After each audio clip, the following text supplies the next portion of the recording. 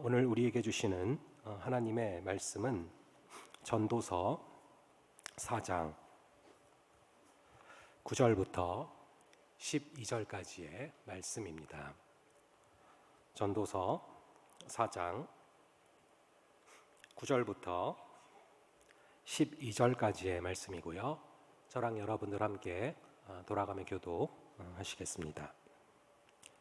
두 사람이 한 사람보다 나음은 그들이 수고함으로 좋은 상을 얻을 것임이라. 혹시 그들이 넘어지면 하나가 그 동물을 붙들어 일으키려니와 홀로 있어 넘어지고 붙들어 일으킬 자가 없는 자에게는 화가 있으리라. 또 두 사람이 함께 누우면 따뜻하거니와 한 사람이면 어찌 따뜻하랴.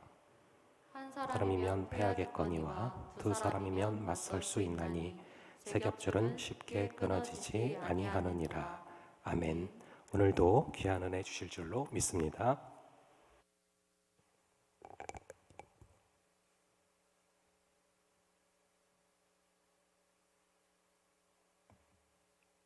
기도드리겠습니다. 사랑과 은혜가 풍성하신 아버지 하나님, 사랑하는 우리 범어교회 청년부 주님께서 한 주간 사랑하는 청년들 지켜주시고 또 주님 감사하게도 그 지켜주신 가운데 불러주셔서 그 부름에 응답하는 마음으로 우리가 이 자리에 나왔습니다. 하나님, 우리가 함께 찬양하고 기도하며 고백했던 것처럼 이 자리 가운데 임하시며 임재하시는 그 하나님을 경험하는 시간이 될 수 있도록 말씀 속에서 예배 가운데 하나님을 발견하고 하나님의 얼굴을 대하는 귀한 역사의 시간 될 수 있도록 주여 도와주시옵소서. 말씀 가운데 우리의 삶을 비춰볼 수 있도록 주여 도와주시고 전하는 자나 이 말씀을 받는 자나 하나님의 말씀을 풍성히 먹고 마심으로 또 한 주를 살아갈 수 있는 힘과 능력을 덧입혀 주시옵소서. 감사하고 이 모든 말씀 거룩하신 예수 그리스도 이름으로 기도드립니다. 아멘. 우리가 대학에 올라가서 처음으로 이제 새로운 사람들을 많이 만나게 됩니다. 조금은 한국 교육 과정상 매여 있던 그런 상황에서 공부를 하다가 대학에 간다는 것은 굉장히 새롭고 또 신기한 일들이 기다릴 것만 같은 그런 시간입니다. 우리 48대 친구들은 그런 캠퍼스를 아직 잘 느끼지 못할 것 같아요. 우리 47대도 그랬지만 코로나로 인하여서 참 어려운 상황 가운데 정말 대학이 나에게 어떤 의미가 있고 캠퍼스 생활이 무엇인지 아직 벌써 이제 2학년이 되고 한 해가 저물어가는 시점에도 잘 느끼지 못할 것 같아서 마음이 참 아픕니다.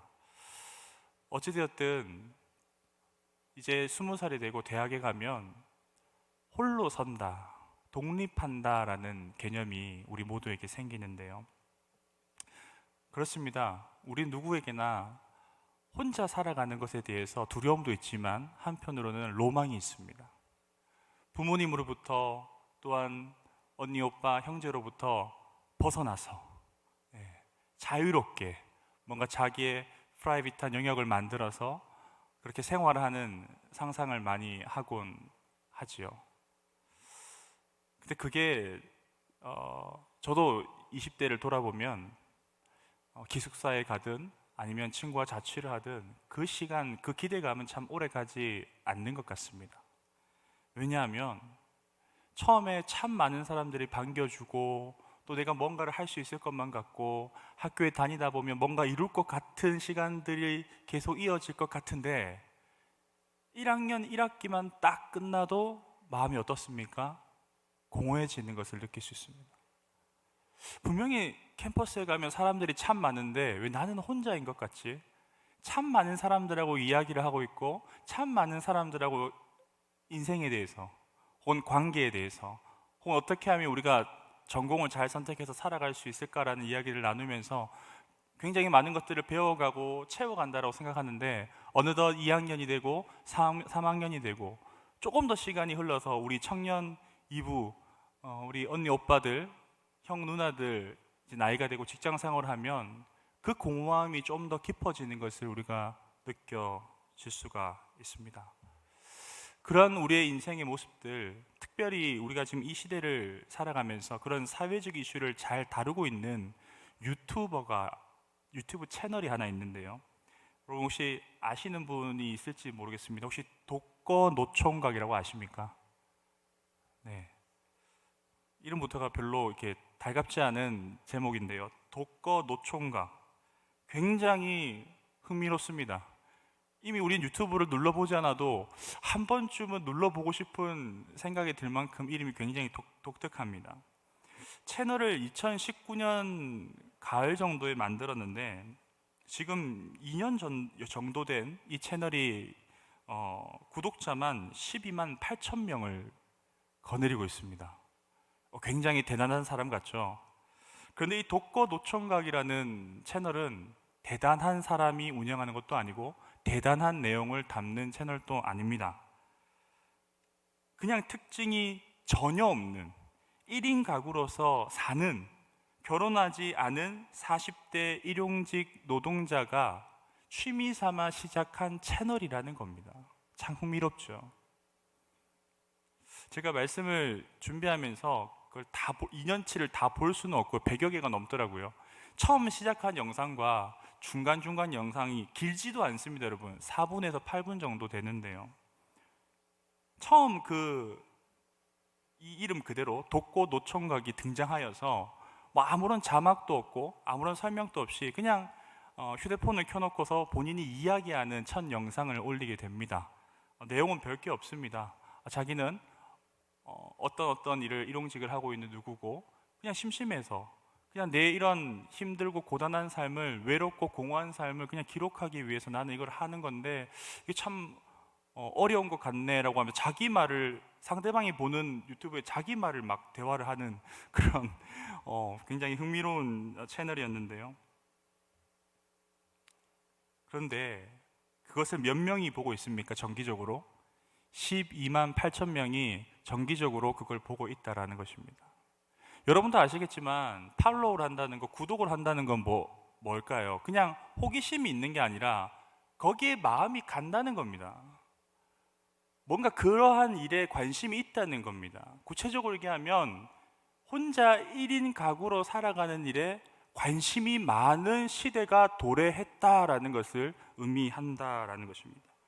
단순히 목사님이 얘기하는 어떤 판단이나 기준이 아니라요, 행정안전부가 올해 지난 9월 기준으로 해서 1인 세대가 과연 우리나라 전체 인구의 얼마나 될까를 조사를 했습니다. 얼마나 될까요, 여러분? 저는 이 표를 보고 깜짝 놀랐습니다. 지난 9월 말이면은 지금 불과 한 달 전이죠. 9월 말 기준의 1인 세대가 936만 7,439세대로 전체 인구 중에 40.1%를 차지합니다. 믿어지십니까? 1인 세대. 나이가 많은 분이든 젊은 사람이든 어떤 형편이든 이혼을 한 가정이든 아니면 어떠한 일을 하는 사람이든 1인 세대로 살아가는 사람이 40%라는 겁니다. 1인 세대 다음으로 2인 세대가 556만 8,719세대로 23.8%, 조금 더 나은 4인 세대가 19%, 그 다음에 3인 세대가 17%인데요. 그냥 대부분이 이제 대가족이란 개념이 우리나라에선 사라졌다 해도 크게 이상하지 않습니다. 중요한 이 수치가 굉장히 놀라운 것은 이 1인, 2인, 이 소규모 세대가 전체 비중에 차지하는 비율이 63.9%라는 거예요. 이게 잘 감이 안 오실 수 있는데요, 여러분. 두 집 중에 한 집은 혼자 산다는 겁니다, 여러분. 그런데 참 재밌는 것은 9월 말 기준으로 해서 인구는 5,166만 7,688명으로 6월 말 대비해서 9월 말에 4,712명이 감소하고 계속적으로 이제 작년을 기준으로 해서 인구가 드디어 감소하고 있습니다. 여기서 조금 더 이 표를 들어가 보면요, 이렇게 혼자 사는 우리 청년들에 대한 이야기도 있는데요. 2020년 인구주택 총조사를 보면 30대 미혼 비율이 42.5%로 역대 최고치를 작년에 찍었다고 합니다. 제가 별명이 결혼 전도사인데 참 마음이 아픕니다. 우리 살아가는 청년들이 사랑하기에도 아까운 시간에 사실 제도적으로 사회의 어려움, 또 우리가 살아가면서 알게 모르게 겪는 그런 소외를 겪게 되는 상황 때문에 이 결혼에 대해서 꿈꾸지 못한다는 게 참 마음이 아픈 일이죠. 30대 미혼 인구 비중이 2000년에 13.4%밖에 안 됐습니다. 그런데 2010년에 29.2%로 올라가더니 지난해 수직 상승 42.5%. 30대 중에 혹시 30대인 분들은 옆을 한번 쳐다보십시오. 여긴 다 미혼이시겠네요. 두 명 중에 한 사람은 결혼을 선택하지 않는다라는 것입니다. 결론적으로 이 모든 도표는 희망찬 미래를 얘기하지 않습니다. 인구는 감소되고 있고 고령화되어 가고 있으며 특히 1인 세대 증가 추세가 특별히 청년 세대에 뚜렷하게 나타나고 있다. 여러분, 이러한 현상에 대해서 어떻게 생각하십니까? 여러분 혹시 그런 세상의 흐름이나 나 혼자 산다 아니면 소확행 같은 감성적인 어떤 그런 문장들이나 그런 일들을 대하면서 거기에 빠져 계십니까? 이러한 현상은 크게 두 가지 중요한 우리가 내용을 다룰 수가 있는데요. 첫 번째는 우선 특별히 사람들과 소통하지 않아도 살 수 있는 완벽한 개인주의 사회가 도래하였다라는 것입니다. 두 번째는 의도된 것이기도 하면서도 결국 사회와 이 수많은 관계들 가운데 원하지 않는다더라도, 난 혼자 살아가고 싶지 않아 하더라도 혼자 살아갈 수밖에 없는 관계적 결핍이 만들어지고 있다라는 겁니다. 자, 우리는 이제 성경을 바라봐야 됩니다. 이게 정말 성경적일까요? 정말 희망적입니까? 20대 처음 들어갈 때 부모님을 떠나서 그 뭔가 혼자 사는 그 로망이 여러분 20대, 30대, 40대, 50대, 60대 가도 그 로망이 이어질 것 같습니까? 성경은 그렇게 얘기하지 않는다는 것입니다. 하나님께서 인간을 어떻게 만드셨습니까?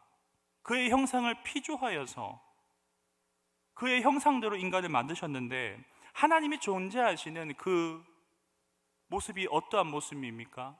삼위일체의 하나님, 성부와 성자와 성령의 하나님이 조화롭게 균형을 이루면서 연합하여 분열되지 않지만 일치되셔서 존재하시는 것이 바로 하나님 아니십니까? 그것을 우리 안에 그 형상을 주셨다라는 겁니다. 그래서 하나님께서는 우리 삶에 끊임없이 그 균형을 잡아주기 위해서 누구를 붙여주십니까? 배필을 붙여주셨습니다. 그리고 성경의 수많은 역사의 인물들을 살펴볼 때 혼자 잘 서서 혼자 잘해서 모든 고난과 역경과 시대를 이어갔던 사람들이 거의 없다라는 것입니다. 하나님은 때에 따라 하나님의 사람을 또한 하나님께서 직접 들어가셔서 그 시간 속으로 그 삶 속으로 들어가셔서 또 사람을 보내셔서 인도해 가셨다라는 것입니다. 그래서 오늘 전도서 4장의 본문 9절에서 12절 말씀도 우리가 잘 살펴보면 두 사람이 한 사람보다 나은 이유를 네 가지를 말씀하는데요. 오늘날 이 시대 가운데 이 말씀이 우리가 무언가 삶을 결정하고 라이프 스타일을 결정하는 여러분 하나의 기준이 되었으면 좋겠습니다. 첫 번째, 처음 9절은 어떤 것을 말씀하냐면요, 함께 수고함으로 좋은 상을 얻게 된다라고 9절 말씀은 우리에게 증거합니다. 마태복음 18장 19절 말씀을 같이 한번 읽어보겠습니다. 마태복음 18장 19절입니다.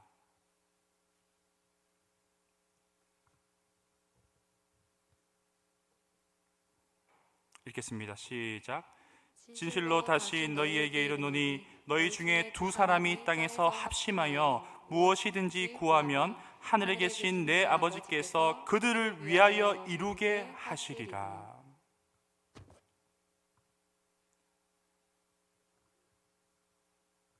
두 사람이 합심해서 일할 때, 조금 더 나아가면 믿음으로 하나님 앞에 합심하여 연합하여 일을 해 나갈 때 하나님께서는 특별히 그 일 가운데 그렇게 기도하며 최선을 다하는 자의 삶을 책임지신다라고 성경이 증언한다라는 것입니다.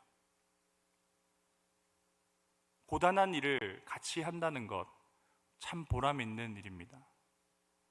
남들이 알아주지 않고 내가 수고하여도 드러나지 않는 자리에서 오늘 또 수고함으로 하나님 바라보시기에 함께 보이지 않는 자리에서 일하는 우리 미디어팀, 또 예배팀, 또 우리 유다지파, 또 많은 우리 리더들 있지 않습니까?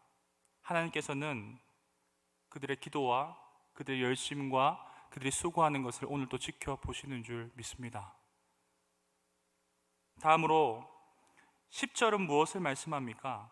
힘들어 넘어질 때 일으켜 세워줄 수 있다라는 것을 가르쳐 줍니다. 어떻게 해도 이거는 혼자 할 수 있는 것이 아닙니다.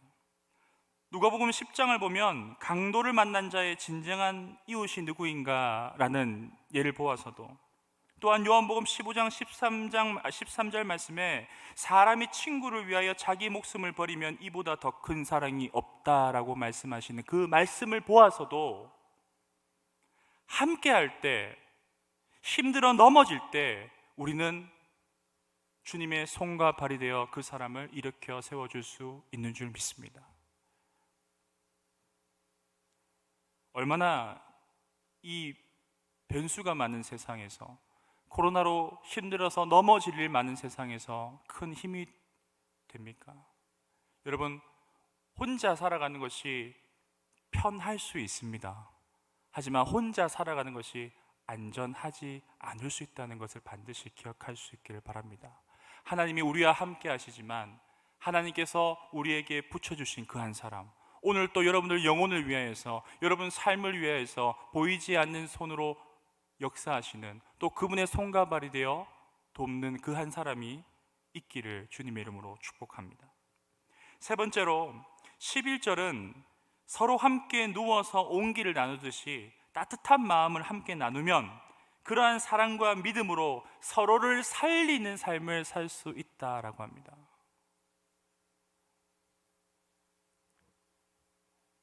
외국의 유명한 그 정글에서 서바이벌하는 프로그램이 있습니다. 간간히 이렇게 추천 유튜브로 이렇게 뜰 때 제가 본 기억이 있는데요, 전혀 모르는 남녀가 아무것도 걸치지 않고 정글에서 20여일을 보냅니다.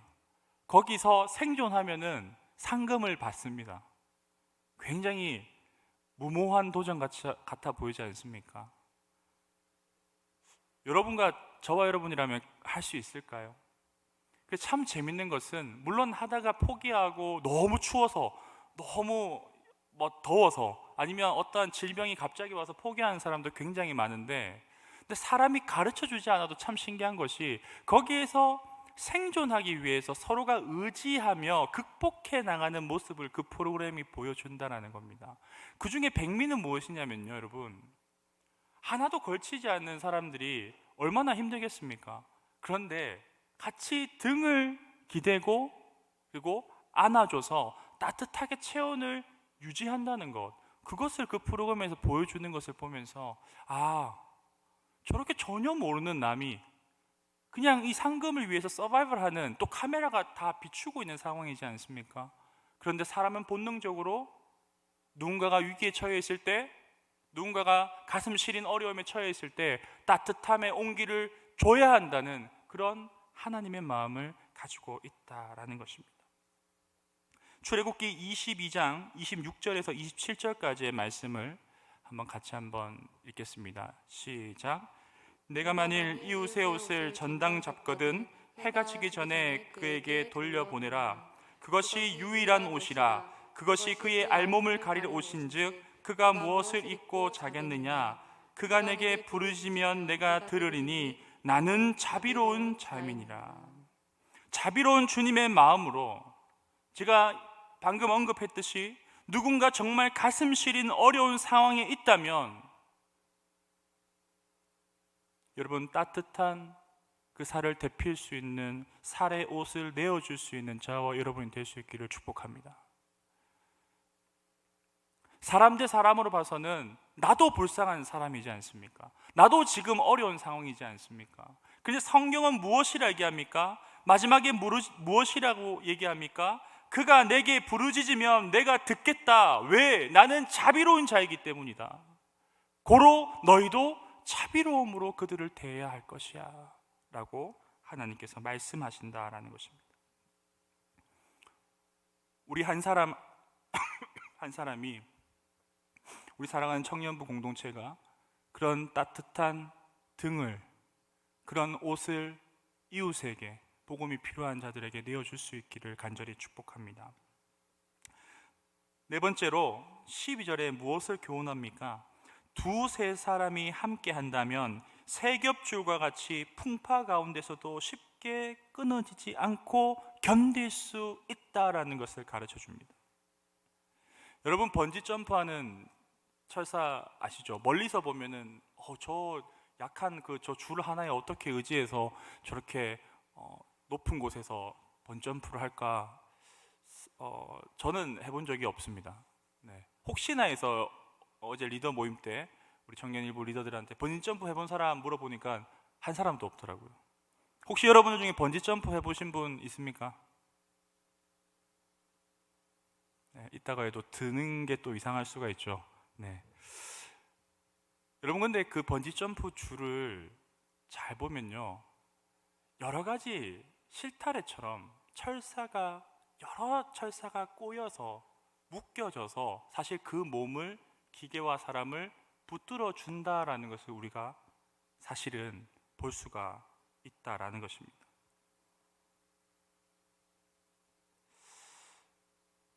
두세 사람이 내 이름으로 모인 곳에는 나도 그들 중에 있느니라. 마태복음 18장 20절 말씀입니다. 두세 사람이 무슨 힘이 있겠습니까?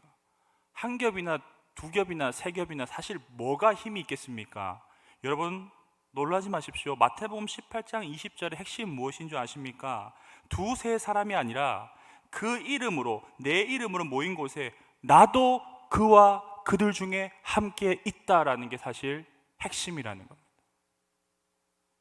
우리가 아무리 뜻없이 뜻모를 그런 만남과 교제와 그런 것들을 쌓아간들 그 중심에 하나님의 마음이 없다면, 하나님의 긍휼이 계심이 없다면, 하나님의 사랑이 없다면 그것은 한 겹이든 두 겹이든 열 겹이든 찢어질 수밖에 없습니다. 탈락될 수밖에 없습니다. 그 끝에 묶여있던 어느 한 사람을 떨어져 나갈 수밖에 없습니다.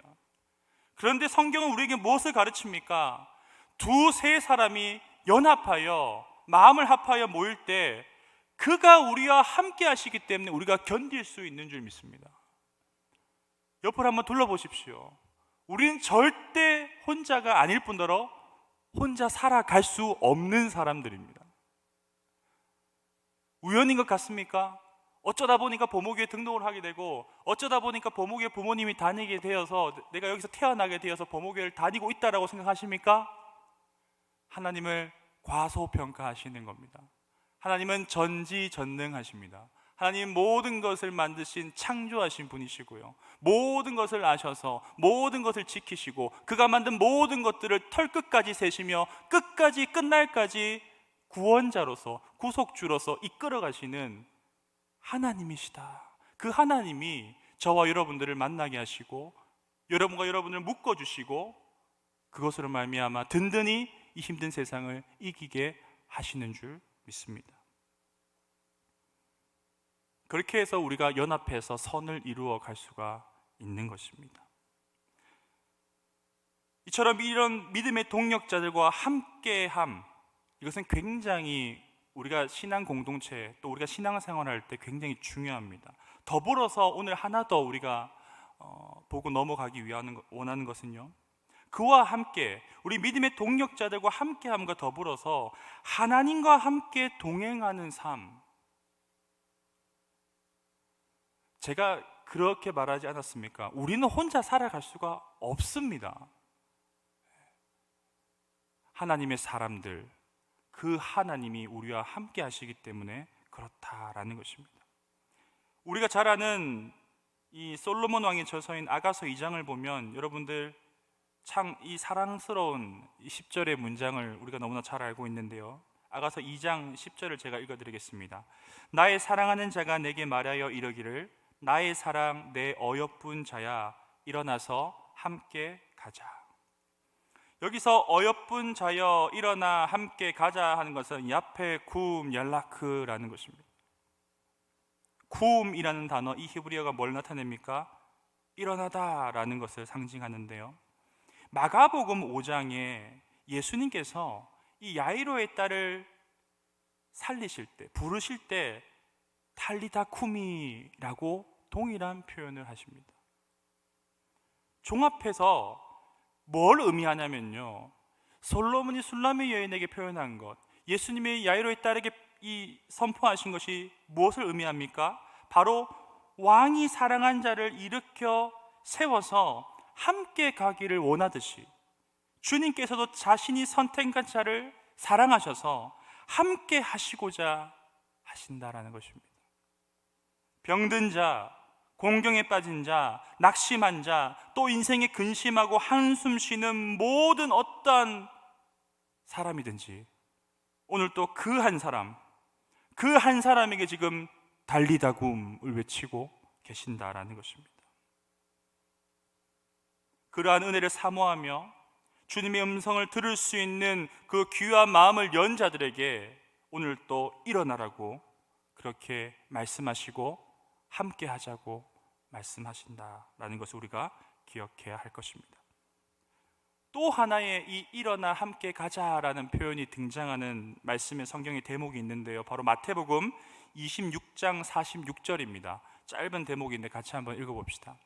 시작. 일어나라 함께 가자. 보라 나를 파는 자가 가까이 왔느니라. 예수님께서 여전히 함께 하자, 함께 가자라고 말씀하고 계시죠. 그런데 이에 등장하는 상황, 문장으로 봤을 때 분위기가 심상치가 않습니다. 이 전과 이후를 볼 필요가 있겠죠. 이 전에는 어떤 상황입니까? 예수님께서, 우리는 이미 다 알고 있는 내용입니다. 잡히시기 전에 산에서 기도하시며 깨어있지 못한 자들에게 몇 번이나 꾸지람하시는, 그러다가 43절에 보면요, 그들을 측은히 바라보시면서 이제는 자고 쉬어라 라고 말씀하신 후에 등장하는 대목입니다. 이후에 어떠한 일이 일어납니까? 정말로 말씀하신 나를 파는 자가 아주 가까이 와 있었습니다. 예수님을 잡기 위해 찾아온 이 대제사장들과 이 장로들에게 파송된 큰 무리 가운데 그가 사랑하시는 제자 가룟 유다를 통해 그가 잡히시는 장면이 이어집니다. 이러한 상황 한복판에서 예수님께서는 제자들에게 부드러운 소리로 말씀하십니다. 얘들아, 함께 가자. 일어나서 괜찮아, 피곤하지? 함께 가자. 여러분 쉽게 동의할 수 있겠습니까? 안다면, 일어날 일을 안다면 불안할 것입니다. 힘들 것입니다. 쉽게 동의하기 힘들 것입니다. 하지만 예수님께서는 그럼에도 불구하고 제자들에게 어디로 가자고 말씀하십니까? 내가 너희에게 계속해서 말하고 있었지만 우리가 함께 그 예루살렘으로 가실 때에 우리가 그 길을 가고 있었지만 그들이 알지 못했던 고난의 길, 하지만 영광의 길, 십자가의 길로 함께 가자라고 말씀하시는 것입니다. 그러므로 우리가 이러한 예수님의 부르심과 동행 가운데, 함께함 가운데 중요한 것은 무엇입니까? 바로 누구와 함께, 어디를 향해 주어진 목적을 잊지 않는 것입니다. 애초에 죽을 수밖에 없는 저와 여러분이었습니다. 실패할 수밖에 없는 저와 여러분이었습니다. 그럼에도 불구하고 예수 그리스도께서 우리를 불러주시지 않으셨다면, 하나님께서 주영아 네가 의롭다 해주지 않으셨다면, 내 아들을 희생해서라도 나를 그렇게 사랑해 주시지 않았다면 제가 여기서 설교를 할 수 있겠습니까?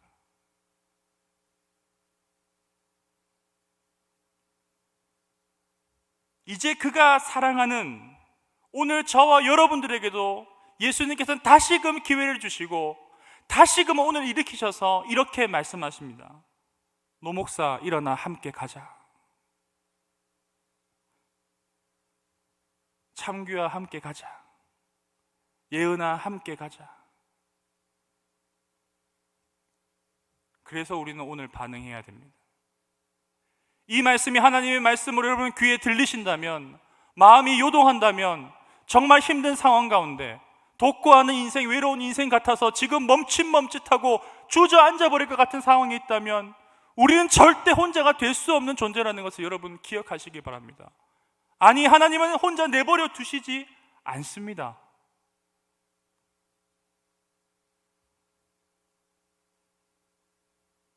자격 없는 우리를 먼저 사랑하신 그분께 응답할 수 있는 사랑하는 범호교회 청년 여러분 되시기를 간절히 축복합니다. 결론적으로 오늘 전도서가 우리에게 주는 이 교훈인 함께 한다는 것은 우리가 앞서 언급했던 마태복음 18장 20절과 같이 두세 사람 혹은 여러 사람이 그냥 수적으로 함께하는 것이 아니라 그 가운데 하나님이 계심을, 하나님이 든든히 우리 가운데 계심을 바라보는 것임을 우리가 기억해야 됩니다.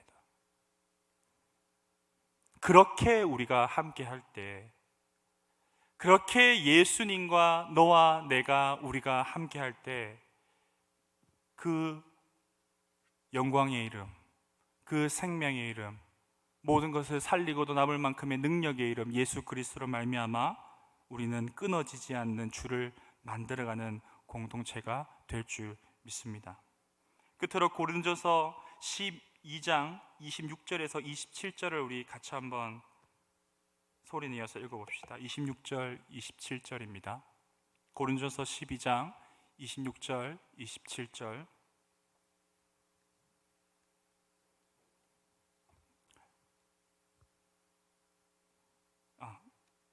찾으신 분들은 26절부터 읽으시고 아마 자막은 27절만 있을 것 같은데요.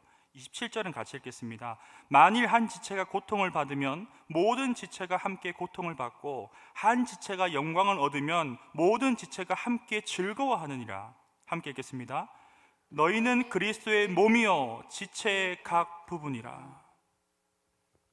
우리는 끊임없이 사실 이 말씀을 듣고 적용하려고 노력해 왔습니다. 여러분도 기억하실 것입니다. 그런데 오늘 이 말씀을 제가 말씀을 준비하면서 이 말씀이 제 마음에 들어온 이유는 저는 있다라고 생각합니다.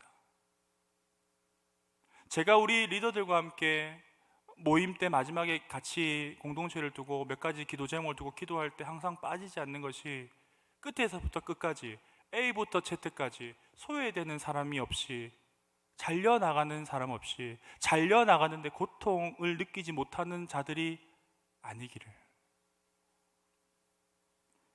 만일 한 지체가 고통을 받으면 모든 지체가 함께 고통을 받는 것이고, 또한 한 지체가 영광을 얻으면 모든 지체가 함께 즐거워하는 것인데, 왜냐하면 너희는 그리스도의 몸이기 때문이고 지체의 각 부분이다라는 것입니다.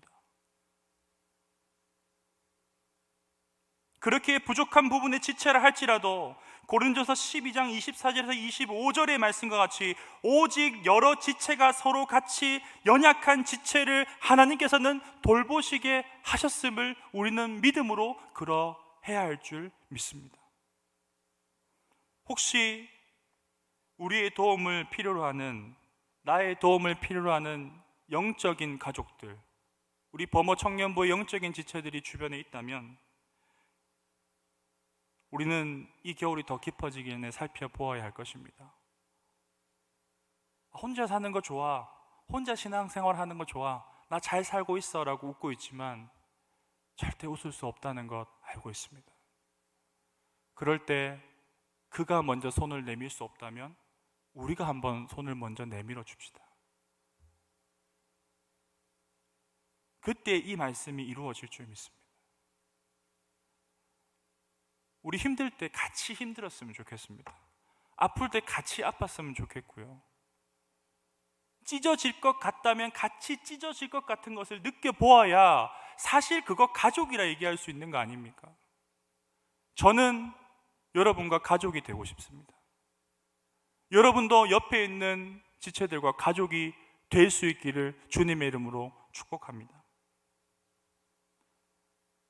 오늘 또 우리를 사랑하셔서 주께서 함께 하심으로 우리를 살리시듯이 오늘 또 그 사랑을 받은 저와 여러분들도 또 한 사람, 이번 한 주는 많은 사람이 아니라 여러분 딱 마음에 생각나는 그 한 사람을 위해서 전력으로, 전심으로 같이 아파하고 같이 사랑하고 같이 기도해 줄 수 있는 그런 저와 여러분들 될 수 있기를 사랑과 능력이 많으신 주님의 이름으로 축원합니다. 같이 우리 찬양합시다.